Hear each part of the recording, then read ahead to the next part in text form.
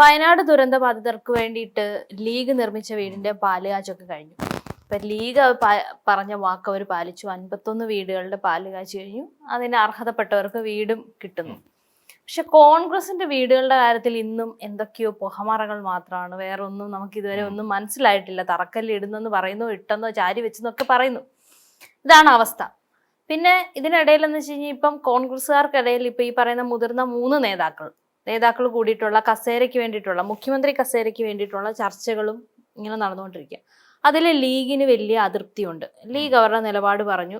വളരെ മോശം എന്ന നിലപാട് ലീഗ് അറിയിച്ചു കഴിഞ്ഞു.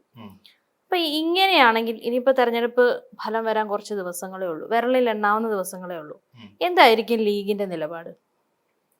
ഇപ്പൊ നമ്മള് മനസ്സിലാക്കേണ്ടത്, ലീഗ് അവർ എന്താണോ ഉദ്ദേശിച്ചത് ആ നടപ്പിലാക്കി. അതായത് 100 വീടെന്തോ ആണ് അവർ പറഞ്ഞാൽ 51 വീടുകളുടെ കൈമാറ്റം കഴിഞ്ഞു.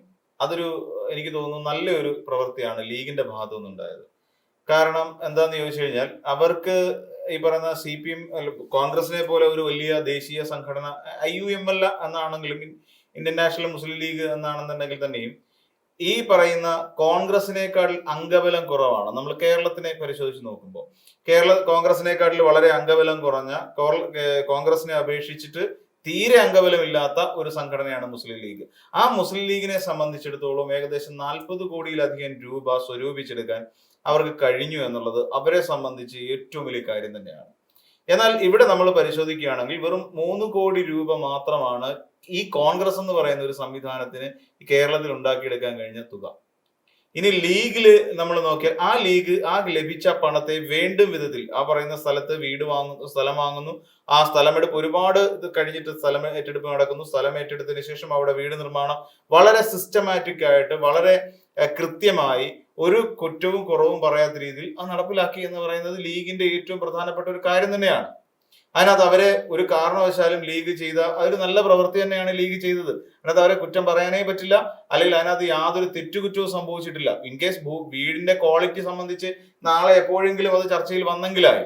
പക്ഷെ അവർ പറഞ്ഞ വാക്ക് പാലിക്കാൻ അവർ കാണിച്ച ആ ഒരു നിശ്ചയദാർഢ്യം എന്തുകൊണ്ടാണ് കോൺഗ്രസിന് അതില്ലാതെ പോയത് എന്നുള്ളതാണ് നമ്മുടെ മുന്നിൽ ഇരിക്കുന്ന ഏറ്റവും പ്രധാനപ്പെട്ട ഒരു ചോദ്യം.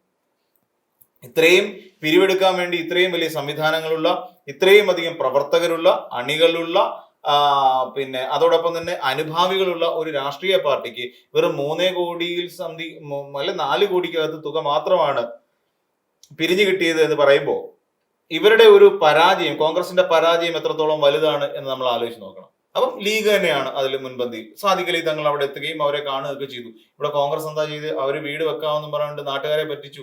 കോൺഗ്രസ് നാട്ടുകാരെ പറ്റിച്ചു അല്ലെങ്കിൽ വഞ്ചിച്ചു എന്ന് പറയേണ്ടി വരും. അവിടുന്ന് രാഹുൽ ഗാന്ധിയെ കൊണ്ടുവരുന്നു, പ്രിയങ്ക ഗാന്ധിയെ കൊണ്ടുവരുന്നു, KC വേണുഗോപാൽ വരുന്നു. ഇവരെല്ലാം കൂടെ നിരന്ന് നിന്നുകൊണ്ട് ആ വേദിയിൽ കാണിച്ച കോമാളിത്തരത്തിനെ എന്തെന്ന് പറയണം നമ്മൾ? അതിന് പച്ച മലയാളത്തിൽ വേറൊരു വാക്കുണ്ട്, പക്ഷെ അത് നമുക്ക് ഉപയോഗിക്കാൻ കഴിയില്ല എന്ന് മാത്രം. അൺപാർലമെന്ററി വേർഡായി മാറും. അവർ കാണിച്ച ആ ഒരു പ്രവൃത്തിയെ വിശേഷിപ്പിക്കാൻ വേണ്ടിയിട്ട് ആ ജനങ്ങളുടെ മുൻപിൽ നിന്നുകൊണ്ട് അവരെ നാണം കെടുത്തിയതിന് അതിനൊക്കെ മാപ്പ് പറയേണ്ടി വരും ഈ പറയുന്ന കോൺഗ്രസ് പാർട്ടി.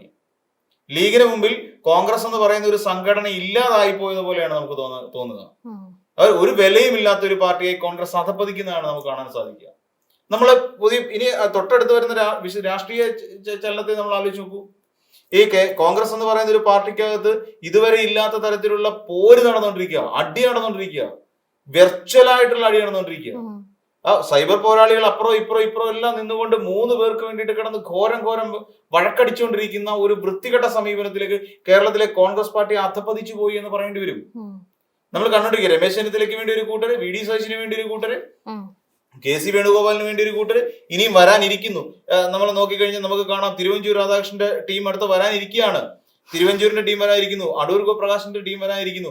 അങ്ങനെ എവിടെ നിന്നൊക്കെയോ കുറെ അധികം ടീമുകൾ ഇനിയും മുഖ്യമന്ത്രി സ്ഥാനത്തിന് വേണ്ടി കടിപിടി കൂടാൻ വേണ്ടി വരാനിരിക്കുന്നു. മുഖ്യമന്ത്രി സ്ഥാനം ഒരു എല്ലും കഷ്ണമായി മാറിക്കഴിഞ്ഞിരിക്കുന്നു. ഇതാണ് കോൺഗ്രസ് നമുക്ക് കാണിച്ചു തരുന്ന ചില പാഠങ്ങൾ. ഇതൊക്കെയാണ്. ഇങ്ങനെ ആകരുത് നേതാക്കന്മാർ, ഇങ്ങനെ ആകരുത് പ്രവർത്തകർ എന്ന് കൃത്യമായ സന്ദേശമാണ് അവർ നമുക്ക് തന്നുകൊണ്ടിരിക്കുന്നത് ഈ കോൺഗ്രസിൽ നിന്ന്. ഇനി സുധാകരൻ വരുമില്ല എന്നുള്ള കാര്യം നമുക്ക് കണ്ടറിയാം. അപ്പൊ ഇങ്ങനെ നിരവധി പ്രശ്നങ്ങൾ വന്നുകൊണ്ടിരിക്കുക. ഇതിനിടെ ഹൈക്കമാൻഡ് എന്ന് പറഞ്ഞുകൊണ്ട് അവിടെ കണ്ടിരിക്കുന്ന ശശി തരൂരിനെയോ അല്ലെങ്കിൽ വേറെ ഏതെങ്കിലും കൊള്ളാവുന്ന നേതാക്കന്മാരെ പിടിച്ച് മേളിലിരുത്തേണ്ടതിന് പകരം ഒരു പ്രായമായ ഒരാളെ, പ്രായാധിക്യം കൊണ്ട് വയ്യാതിരിക്കുന്ന ഒരാളെ പിടിച്ചവിടെ ഇരുത്തുന്നു. റിട്ടയർമെന്റ്, രാഷ്ട്രീയ വനവാസത്തിന് പോകേണ്ട ഒരാളാണ് ശരിക്കും മല്ലികാർജ്ജുൻ ഖാർഗെ. അങ്ങനെയുള്ള ഒരാളെ അവിടെ പിടിച്ചിരുത്തിയിരിക്കുന്നു. അങ്ങനെ ഇവർ ഈ പറയുന്ന പോലെ കോൺഗ്രസ് എന്ന് പറയുന്ന ഒരു സംഘടന ഒരു പടുകുഴിയിലേക്ക് പോകുമ്പോഴാണ് ലീഗ് ഈ രീതിയിൽ മാതൃകാപരമായ സമീപനം മുന്നോട്ട് വെച്ചിരിക്കുന്നത്. ലീഗ് പറഞ്ഞു, ലീഗിൽ PMA സലാം തന്നെ അവരുടെ പ്രസിഡന്റ് തന്നെ പറഞ്ഞതാണ്, നിങ്ങളുടെ ഒരു കാര്യം മനസ്സിലാക്കുക, ഞങ്ങളുടെ പ്രവർത്തകർ UDFന്റെ പ്രവർത്തകർ ഈ പൊരി വെയിൽ കൊണ്ട് അധ്വാനിച്ചിട്ടാണ് ഓരോരുത്തരെയും വിജയിപ്പിക്കാൻ വേണ്ടിയിട്ട് പാടുപെട്ടിട്ടുണ്ട്. അവരുടെ പ്രവർത്തനത്തെയെങ്കിലും നിങ്ങൾ മാനിക്കണം എന്ന് പറയുന്ന രീതിയിൽ വരെ ലീഗിന് പറയേണ്ടി വന്നു, PMA സലാമിന് പറയേണ്ടി വന്നു. അതായത് അവിടെയുള്ള ഒരു നേതാവ് എന്നാലോചിച്ച് നോക്കൂ, UDFന്റെ ഇപ്പൊ കോൺഗ്രസ്സുകാരൻ ഒരാളെ ജയിപ്പിക്കാൻ വേണ്ടിയിട്ട് അവിടെ ഇപ്പൊ കായംകുളം പോലെയോ അല്ലെങ്കിൽ വേറെ ഏതെങ്കിലും ഒരു മണ്ഡലത്തിൽ UDFന്റെ അല്ലെ കോൺഗ്രസിന്റെ സ്ഥാനാർത്ഥിയെ വിജയിപ്പിക്കാൻ വേണ്ടിയിട്ട് അവിടുത്തെ യൂത്ത് ലീഗ് അടക്കമുള്ള ലീഗിന്റെ പ്രതിനിധികളും കൂടി നേരെ ഇറങ്ങുകയാണ്. അപ്പൊ അവർക്കൂടെ നാണക്കേട് ഉണ്ടാക്കുന്ന പരിപാടിയല്ലേ കാണിക്കുന്നത്. വിയർത്തും ഈ കൊടും ചൂടിനെ പോലും വകവെക്കാതെ ഇവർ നടത്തിക്കൊണ്ടിരുന്ന ഈ പ്രവർത്തനങ്ങളെ പോലും വകവെക്കുന്നില്ല. അതിന് ഉദാഹരണമാണ് ഈ തമ്മിത്തല്ല് നടന്നുകൊണ്ടിരിക്കുന്നത്. അപ്പം കോൺഗ്രസിനകത്ത് ഐക്യമില്ല, എന്നാൽ അത് UDFിലേക്ക് നോക്കിക്കഴിഞ്ഞാൽ ലീഗ് ഐക്യത്തോടു കൂടി വളരെ കൃത്യമായി എന്താ പറയാ സംഘടനാ സംവിധാനമായി തന്നെ ലീഗ് നിൽക്കുന്നു. കിട്ടിയ പൈസ അവർ കൃത്യമായി വിനിയോഗിച്ചുകൊണ്ട് ഒരു വീട് നിർമ്മിക്കുന്നു. അതേസമയം ഇപ്പുറത്ത് ഇതിന്റെ ഏറ്റവും മുതിർന്ന ചേട്ടൻ എന്ന് വിളിക്കാൻ കഴിയുന്ന കോൺഗ്രസ് പാർട്ടി കിട്ടിയ പൈസ മുഴുവൻ അവർക്കും ഇവർക്കും എല്ലാം കൊടുത്ത് പുട്ടടിച്ച് തിന്ന് തീർത്തിട്ട് ഏറ്റവും അവസാനം ഒരു നക്കാപ്പിച്ചയുടെ കണക്ക് കൊണ്ടുവന്ന് ജനങ്ങളുടെ മുമ്പിൽ ഇട്ട് കൊടുക്കുന്നു. എന്നിട്ട് ജനങ്ങളെ വഞ്ചിക്കുന്നു. അപ്പോഴും ഒരു പടി മുന്നിൽ നിൽക്കുന്ന പാർട്ടി മുസ്ലിം ലീഗ് തന്നെയാണെന്ന് പറയേണ്ടി വരും. ശരിക്കും ലീഗിന് വലിയ നാണക്കേടല്ലേ. പിന്നെ ലീഗ് കോൺഗ്രസ് ഈ UDFനകത്ത് ഏറ്റവും വലിയ നാണംകെട്ട പാർട്ടി കോൺഗ്രസ് പാർട്ടിയാണ്. ലീഗ് എത്ര കൃത്യമായിട്ടാണ് സാദിഖലി തങ്ങൾ പറയുന്നതിന് അപ്പുറത്തേക്ക് ഒരു പടി കൂടി അവർ ചിന്തിക്കുന്നില്ല. ഇപ്പൊ തന്നെ അവർ മാന്യമായ നിലപാടെടുത്ത കാര്യം ആലോചിച്ച് നോക്കുള്ളൂ. അവർക്ക് 27 പേര് മത്സരിക്കുന്നുണ്ട് ഇത്തവണ. ആ 27 സീറ്റിൽ മത്സരിക്കുന്ന ലീഗ് ഇത്തവണ 20 സീറ്റിലും വിജയിക്കും എന്ന് പറയുന്നു. അവർക്ക് 7 സീറ്റ് അവർക്ക് നഷ്ടപ്പെടുമെന്ന് അവർ ഉറപ്പിച്ചു പറയുന്നുണ്ട്. ആ 20 പേരും അങ്ങോട്ട് വന്നു കഴിയുമ്പോൾ ഞങ്ങൾ മന്ത്രിസ്ഥാനം ഇത്ര 5 മന്ത്രി എന്നുള്ളതിൽ ചിലപ്പോൾ, എന്നാൽ ഉറപ്പ് പറയുന്നില്ല, ചിലപ്പോൾ ഞങ്ങൾ മന്ത്രിസ്ഥാനം കൂടുതൽ ചോദിച്ചേക്കാം. ഞങ്ങൾക്ക് അതിനുള്ള അർഹതയുണ്ട്, സത്യമാണ്, അർഹതയുണ്ട്. കാര്യം സ്ട്രൈക്ക് റേറ്റ് നോക്കുമ്പോൾ ഇവർക്ക് കൂടുതലാ. 27 പേരെ നിർത്തുന്നതിൽ 20 പേരെയും അവർ വിജയിപ്പിക്കുന്നുണ്ട്. കോൺഗ്രസ്സുകാർ 90 പേരെ നിർത്തി കഴിഞ്ഞാൽ അതിൽ 20 പേരെ മാത്രമേ വിജയിപ്പിക്കാൻ കഴിയുന്നുള്ളൂ. 70ഓളം ആൾക്കാരെ അവർ തോറ്റു പോവുകയാണ്. അപ്പം ഇവിടെ നമ്മൾ നോക്കേണ്ടത് സ്ട്രൈക്ക് റേറ്റ് കൂടിയത് എപ്പോഴും മുസ്ലിം ലീഗിന് തന്നെയാണ്. അപ്പൊ ആ ലീഗിന് വലിയ പ്രാധാന്യമുണ്ട്. അപ്പൊ ലീഗ് പറയാണ് ഞങ്ങൾക്ക് കൂടുതൽ മന്ത്രിമാരെ ചോദിക്കാനുള്ള അർഹതയുണ്ട് എന്ന് ലീഗ് തുറന്നു സമ്മതിച്ചിരിക്കുകയാണ്. പക്ഷെ അവരിപ്പോ ഈ സാഹചര്യത്തിൽ അവർ ചോദിക്കാനും നിൽക്കുന്നില്ല. പിന്നെ ഈ പറയുന്ന കുഞ്ഞാലിക്കുട്ടി സാഹിബും മുഖ്യമന്ത്രിയാകണം എന്ന് പറഞ്ഞുകൊണ്ട് MSFകാർ രംഗത്തുണ്ട്. അപ്പൊ ഇനി ആ ഒരു വിവാദം കൂടി വരാൻ പോവാണ്. മുസ്ലിം ലീഗിന്റെ MSF നേരെ എന്നിട്ട് മുസ്ലിം ലീഗിന് കുഞ്ഞാലിക്കുട്ടിക്ക് മുഖ്യമന്ത്രി സ്ഥാനം കൊടുക്കണം. അവർക്ക് നിഷേധിക്കാൻ പറ്റുമോ? നിഷേധിക്കാൻ പറ്റുമോ? കാര്യം ഇവിടെ മുടിഞ്ഞടി നടന്നുകൊണ്ടിരിക്കുക.